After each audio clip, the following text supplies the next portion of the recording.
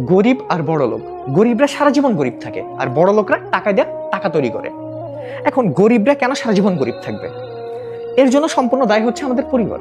আমাদের পরিবার আমাদের এটা শেখায় যে তুমি পড়ালেখা করো, পড়ালেখা শেষ করে একটা চাকরি করো, তোমার জীবনে এইটুকু, তুমি চাকরি করে যা পাবা এটাতে সংসার চালাবা, নিজে চলবা।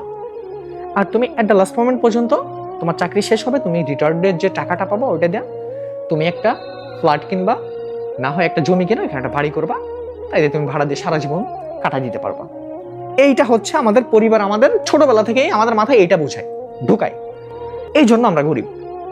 বিজনেস থিঙ্কিং যাদের আছে, হ্যাঁ, ব্যবসায়িক চিন্তা ভাবনা যাদের আছে, ওরা করে কি, টাকাটাকে মাল্টিপল ভাবে ইনভেস্ট করে, ছোট ছোট পরিসরে করার পর মাল্টিপল ভাবে যখন সে ইনভেস্ট করবে বা একটা বিজনেসে যখন সে ইনভেস্ট করবে, তার একটা সময় কিন্তু ওইখান থেকে অনেক টাকা প্রফিট হওয়া শুরু করবে। আস্তে আস্তে কোম্পানিটা বড় হবে বা ব্যবসাটা আরো বড় হবে, তখন সে করবে কি, ওই টাকা দিয়ে আরো বিজনেস করবে, তার মাল্টিপল সব সাইড থেকে আর্নিং আসতেছে। আর যে চাকরি করতেছে, ওর জীবনে এটা, ও চাকরি করে অফিস থেকে আসবে, আয়সা ঘুমাই যাবে বা অফিসের কাজ করবে, ওর জীবনটা সীমাবদ্ধ, অল্প পরিসর। সে একজন মানুষ, আমি একজন মানুষ।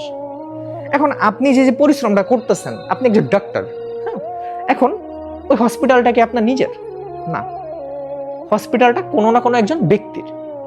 আপনি পরিশ্রম করতেছেন আর সে ফল ভোগ করতেছে। যদি পারেন হসপিটালটা আপনি দেন, এটা বিজনেস। আপনি হসপিটাল দিয়ে আরো 10 জন মানুষকে খাটান, তখনই আপনি টাকা, হিউজ টাকা আর্নিং করতে পারবেন। আপনারা যারা এখনো ভাবতেছেন যে কোনো বিজনেস স্টার্ট করবেন, ভাই দেরি করেন না, খুব দ্রুত, খুব সুন স্টার্ট করে দেন। সেটা ছোট পরিসরে হোক, বড় পরিসরে হোক, টাকাটা মাল্টিপল ভাবে ইনভেস্ট করেন। যদি পারেন এটা করেন, লাইফটা চেঞ্জ হয়ে যাবে, নাহলে সারা জীবন গরিব থেকে যাবেন।